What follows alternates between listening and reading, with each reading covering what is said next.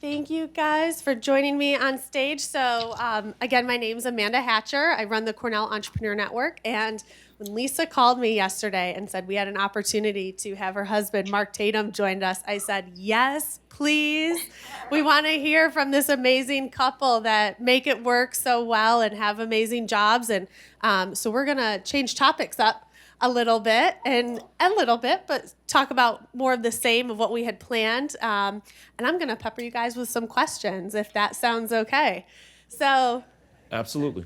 Okay, I'll go to Mark first. But really, this is for both of you. So, really, the first thing, and this was a question that came from our audience. Actually, they submitted this in advance, and they didn't know we were going to get both of you when they did it, though. So they wanted to know, how important is it that you have a supportive spouse or partner, especially when you're trying to be entrepreneurial? Just if you could talk to that topic, that would be wonderful to kick us off. So some of you have heard me talk about the importance of having your squad, a mentor, sponsor, connector, point expert, and a close friend. And my partner happens to be all of those. And for those of you who are looking at this journey of entrepreneurship, I think people think it's very glamorous, but it is ridiculously hard and it's ridiculously lonely, even when things are going really, really well. And so whoever your chosen partner is, I think, I view Mark in many ways as my rock, my supporter. And he saw a year before I started Landed, Lisa, you should start your own thing. And so everyone needs that person that gives you that gentle, loving shove to get going. And Mark was that one for me and continues to be. And I think someone in the previous panel talked about failure. As an entrepreneur, you're going to fail on a daily. Otherwise, you're not pushing yourself. And so who's going to be there to help you kind of dust off sometimes and kind of keep going? So it's really, really important. And did you meet at Cornell? Well, yes, we did. Okay, I just have to put that in. Willard Straight Hall, absolutely. But we weren't married when we weren't in school together. We met after we graduated when we both worked for P&G and we shared a recruiting table. Neither one of us recruited anyone that year. And that's how we I recruited her. Well, that's true. I think I won that one. I work in alumni affairs, so of course I have to put that in there. It's just we love those kind of tidbits. But right. Mark, any thoughts on? Mm-hmm. Yeah, no, I completely agree with what my lovely wife said. I mean, we both have incredibly intense, demanding jobs, and we spend a whole lot of time together. And so if I could not rely on her, if she could not rely on me to support each other, then we would feel even lonelier than what our current situations and current jobs put us in. And so for the we've been married for 25 years. This year we're celebrating 25 years. And yeah. I was only 15. Yes. Exactly. And throughout that time, we've had to make very difficult decisions of leaving companies, going to different companies, quite frankly, staying with the same company and dealing with challenges there. And there's no way that either of us would be in this situation if we didn't have that support from each other. That's great. It leads me to think of this other question of, do you bring work home? And do you talk to each other about it? Or is it, leave it at the door like this is our time together. I don't want to talk about what happened in the office today. How do you handle that concept? So as an entrepreneur, it's almost impossible to leave things at the door. And I wouldn't want to, because Mark is an incredible leader and someone that I trust implicitly and completely. And we have complementary strengths. We were in the same study group at business school. We'll get into that in a moment. But when she read all the cases and gave me the notes. It's a whole nother story. But he's the first person I think to call because I know that he only has one goal, which is my best interest. And so that's where I go for a sounding board. I know he's going to tell me the truth. One thing I would say, if you are forming a board or starting a company, surround yourself with people that have the courage to tell you what you need to know, because that's the only way you're going to be able to propel yourself forward. Now, it doesn't invade everything because we have 2 boys and they wouldn't allow that. But we were friends first. Okay, well, you loved me, but we were friends first. He loved me from day one. No. I did. Yeah, no, I think as Well, I loved him too, but I had to convince her of that, trust me. So I think it is important that you have the opportunity to talk to your spouse or your partner about work. And for all the reasons that Lisa said, like there's no one in the world that's going to be as honest about and as aware of what my strengths are, what my weaknesses are, as she is, right? And so it would be a missed opportunity to not come in and share that. Now, there are times when she has a bad day or I have a bad day, and we walk in the door and we go, "How's your day?" And I can just tell from her look that, you know what, I'm going to give you some space because she's not ready to talk about that day. And I think that's okay. I think you have to have that understanding that sometimes, when it's a rough day, you don't want to have that conversation with anyone. I will tell you, every time there's a bit of great news that we had, or sometimes when you feel exhilarated by something that happened, the first person I call, usually when I walk out of the meeting, is I call Lisa. And the first person she calls is me, right? And so I think to have that kind of support system is really invaluable. absolutely. Now, that being said, we also make our family a priority. So we have an 18-year-old and a 16-year-old boy. And if you don't schedule family and if you don't schedule yourself, work, particularly the work that we do, will take every millisecond that's available.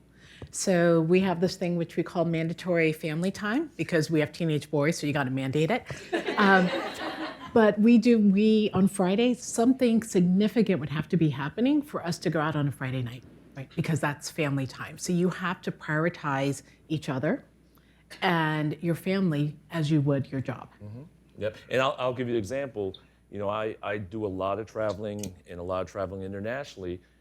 And when I go to trips to China or Europe or Africa, wherever it is in the world, I tell my people, look, I'll be there on Monday, but I got to be home on Friday for the weekends, right? So there's very rarely a weekend where I'm traveling for work or otherwise because we make that a priority. And the scheduling with two boys is incredibly difficult. And we manage that through Google Calendar. We manage that through other ways where if Lisa's traveling, I'll work my schedule where I'm not traveling so I can come home and spend time with the boys so that one of them always has one of us around. It's not always practical, and that's when you rely on extended family and the grandparents and our siblings and all that. But we try to make that work, and we have regularly. Lisa creates a Google Calendar, and the boys participate in it so that everybody's on the same page with respect to, okay, where's mom, where's dad, where's Lisa, where's Mark, so that we can all kind of manage through that. And your kids have to know that they are important as well. So we always start with what are the important family things going on this week? And then it would have to be, again, something major for us not to be there for our kids. We're actually notorious for rolling with like 20 family members deep to like a 2-minute speech by our kid. But we think it's important that you show up. But they also see what we're doing and that we're doing what we love. I love that. And I, just to add on it, I hope I'm not giving anything away, but Lisa called me yesterday and she said, Mark's actually going to be in town. Like, he wanted to know what I was doing tomorrow afternoon. And I love that. Like, that was an option. And now we have the option to have you here together. So thank you for that. I was just thinking, hearing both of you talk about your jobs and how you share stuff. And I'm wondering, just for fun, what would it be like? Could you swap jobs for the day? Would that be of interest? Or are you like, no, I'm going to keep my... Well, I'll keep my job. I'd be better dressed. I would be better looking. I'd get all these compliments, and I'd feel a whole lot smarter. So I think I would actually enjoy it. But seriously, from a work standpoint, being an entrepreneur, I have so much respect for Lisa and what she does because I see it. It's 24/7. And even though my job is a very, very intense, my job's like 22/7. But I do sleep for a couple of hours a night. She just doesn't sleep. So I think it's incredible to me how her capacity to get not only her work done, but to be a great partner, to be a great mother. And I don't know that I could do that, quite frankly. Do you see why I love this dude? Wow. Yeah, thank you. Would I swap with Mark Tatum for a day? Heck yeah. I'll never forget, now I've known this because we've been together a long time, but when Mark was promoted to deputy commissioner, what you read in the papers were things like, great things happen to nice guys, right? And what we've always heard is, and that's why he made me fall in love with him, is he genuinely wants you to be the most important person in the room. And he has this way about him with people. So I'd love to be Mark Tatum for a day. I'd have a lot more fun, go a lot more games, that's for sure. That's great. So another question we had was, juggling both of your careers. Has there ever been a time where one of you has had to take a back seat for the other? And, what has that dynamic looked like? How have you worked through that situation? So I don't think either one of us have taken a back seat, but careers have ebbs and flows. And so there was a time when I used to be on the VC side, where I made partner and Mark was cruising up and coming, and now he's deputy commissioner, and then I was starting a company. When we graduated from business school, we had to make a choice on where could we live, where both of us could do what we do. So at the time I was a venture capitalist, and Princeton probably wouldn't have been the place that you would have thought was the mecca of VC, but it was the only place where I could do what I loved and Mark could also be in sports. But no one's career takes priority over the other. As Mark said, we literally map it out and say, okay, who's on first? Okay, he was a baseball player at Cornell. Yeah, how are we going to manage this? And so you have to have the utmost personal regard and respect for your partner. Because if you come from that way, then it's all about how do we support and get what we need to do done for our family and be there for each other and for ourselves. Were those ebbs and flows you talked about, were they conscious decisions that he was up and coming and then he was doing great and you went to go start a company, or was it? It was externally imposed, right? Because we're probably both driven, very different styles, but we both want to excel and we both want to have impact. But sometimes the markets and organizations can throw things your way, and that's the other reason why you have a partner, right? Because no one's career does this. Even though it looks like that, no one's career does that, and certainly no one's business does that. So who are you going to turn to during those rough times? Yeah, and I think the key there is it was a conversation, right? Like I remember when Lisa was applying to business school, she was very focused. She wanted to go back to business school. She applied first round to several schools, and she got into Harvard, and she was like, okay, I'm going to Harvard. And but we had the conversation of, okay, at the time I was a regional sales manager at Clorox. And one of my options would have been to move to Boston and do my job out of Boston because I had the Northeast Territory.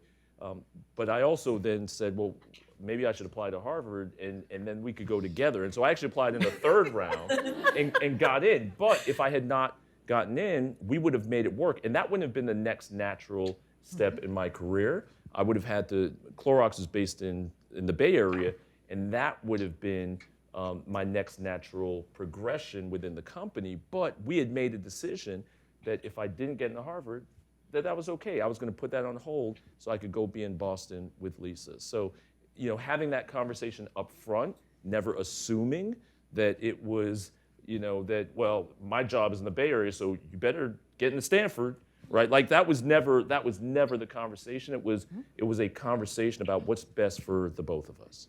And it was also, Mark, what did you dream, right? So I wanted to be a venture capitalist. That's why I went back to HBS.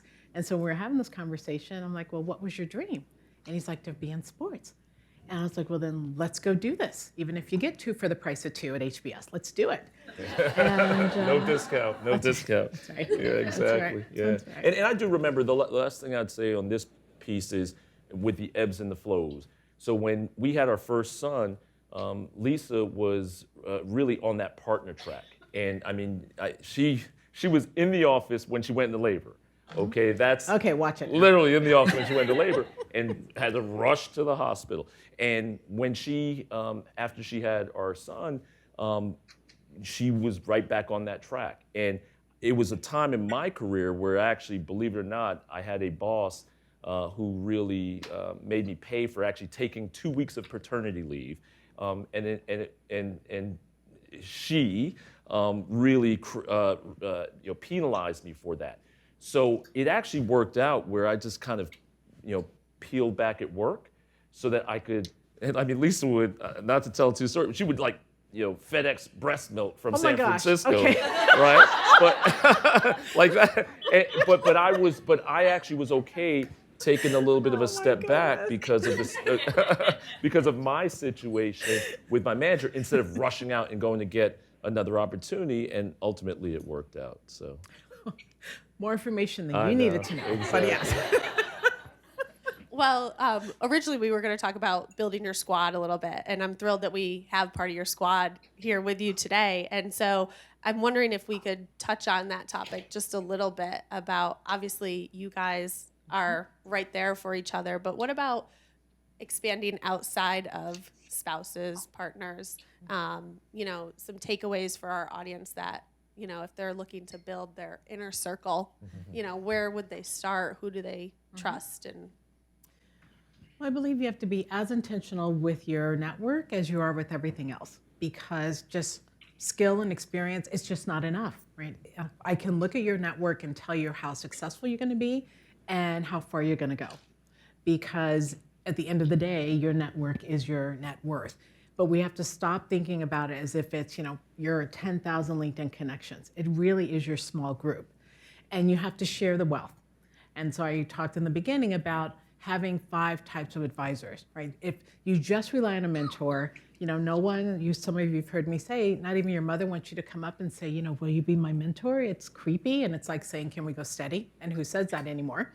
So you have to think about who's your mentor, the rainmaker, who's your sponsor, right? Who's opening doors, particularly if you're an entrepreneur. And it comes to funding, and that could be a whole nother panel. How do you raise money? How do you accelerate your time to goal? Appoint expert. I was a first-time tech CEO, even though I had been an investor. So I surrounded myself with people who had done that before. So you're thinking about, as parents, our job is to stack the deck in the favor of our kids, right? Provide as many options as possible. When you think about who you surround yourself with, who is stacking the odds in your favor? And then you got to do the care and feeding. So, I think that's great. Mark, did you have anything to add? Or she's no, my squad. That's there all you I go. need. No, but she's absolutely right. I mean, I surround myself with people who have your best interests in mind, who can support you along the way. And you're Cornellians, so you have a built-in. You just got to mine it, M-I-N-E it. So. That's wonderful. So before we wrap up, I do want to ask one last question of both of you, and I'm wondering, what's the biggest lesson you've learned from each other, or something you've taught one another? I'll start. I talked about her capacity. The thing that I've consistently learned from Lisa is to never settle. She, at times when I've thought, okay, I'm in a pretty good spot right now, she would go, nope, you can be better than that. You can do better than that. And so she wants to be great, and she wants me to be great. And I think that's a lesson that she teaches me. She teaches our family. I oftentimes when I'm by myself and I've got a task, I go, what would Lisa do? Like, would she stop here, or would she go the extra mile? And it's always going the extra mile. And I think that's something that I really appreciate from her, because she never settles and she wants to be great. And I think those are the things I've learned from her. Okay, what does one say after that? Thank you. Getting That's major it. brownie points today. He's doing a great job. As I mentioned before, Mark is the most incredible people person I've ever met. And so it is, how do you put people first, and how do you get the most out of them and the best out of them? And how do you show, because I'm a bleeding heart by nature, he's masterful and authentic at it. So I'm on a journey. I learn from him every day. The other day I was like, what do I do here? But I love him, I respect him, and very, very proud to call him my partner. I can't add to that. That's perfect. I'm just going to leave it there. Thank you guys so much you, Amanda. for joining us today and for Thank you, sharing everybody. with us.